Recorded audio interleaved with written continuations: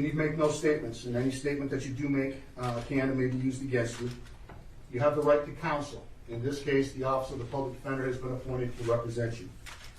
Any plea that you make must be voluntary and cannot be the result of undue influence or coercion.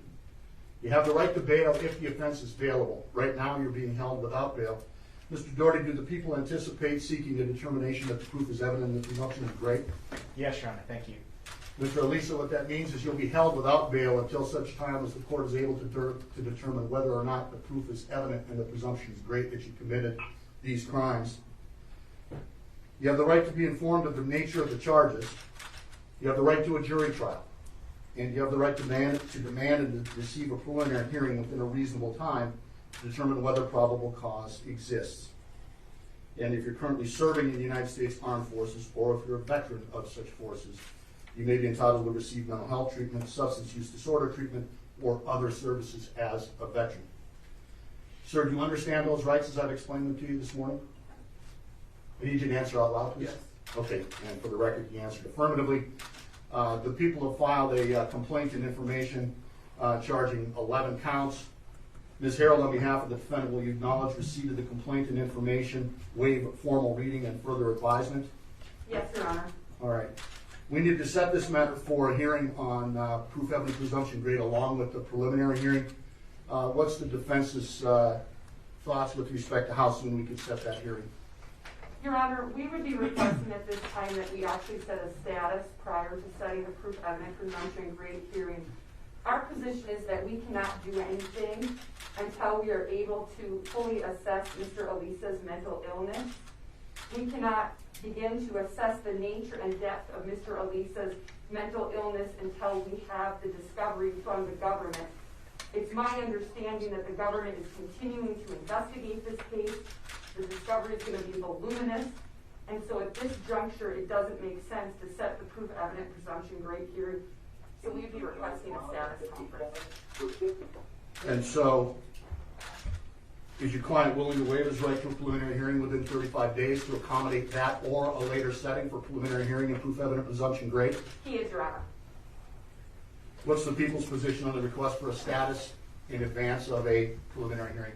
Thank you, Your Honor. The people have no objection. I leave it to the court's discretion. I will say the crime scene has not yet been completed in terms of the processing. We will be filing additional charges in the next couple weeks. The people have not received any discovery yet from law enforcement. The defense hasn't received any discovery, so the people have no objection to the defendant's request. All right, how far out were you contemplating that status hearing? Your Honor, it's hard to gauge, but I would ask 3 months. Okay.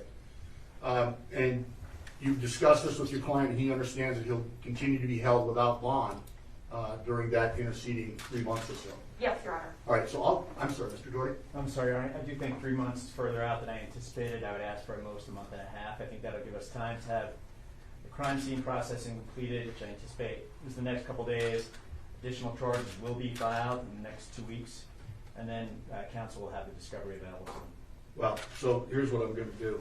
First of all, I'll grant the defendant's request to set this matter for a status hearing in advance of any setting for a preliminary hearing or a proof evidence presumption grade hearing.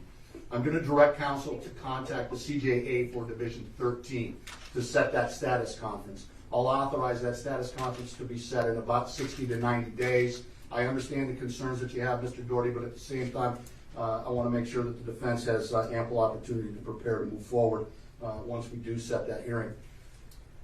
So contact the CJA for Division 13. This case has been assigned to Division 13. Chief Judge Ingrid Bach, you will be the presiding judge in this matter.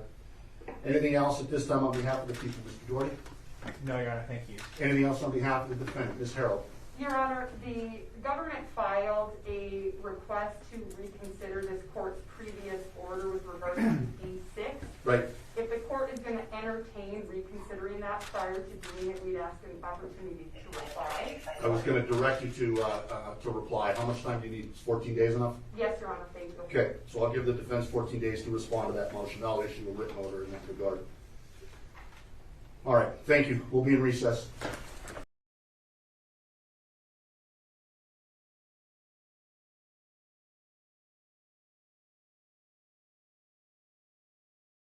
The biggest stories the moment they happen from around the globe. Subscribe to Bloomberg Quicktake now for insight in an instant.